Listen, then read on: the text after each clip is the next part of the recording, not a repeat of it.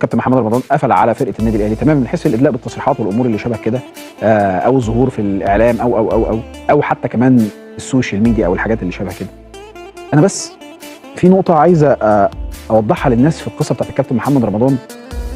تصوير الكابتن محمد رمضان بالشكل اللي احيانا الجمهور ممكن يتخيل ان ده شكل كويس، هو في حقيقه الامر هو ما يخدمش حقيقه الكابتن محمد رمضان.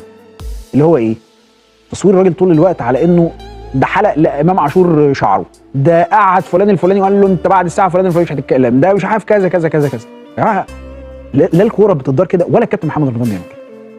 لا الكوره بتدار كده ولا الكابتن محمد رمضان بيعمل كده. القصه باختصار شديد انه انت بتتعامل في ليفل دلوقتي في 2024 مع لعيبه كبار. لعيبه النادي الاهلي دول لعيبه كبار، ما هماش لعيبه صغيره ولا هم رايحين المدرسه يتضربوا كخ على ايديهم، مش كده يا جماعه. ولا الكابتن محمد رمضان بيعمل اللي الناس بتقول ان هو بيعمل، هو مش ده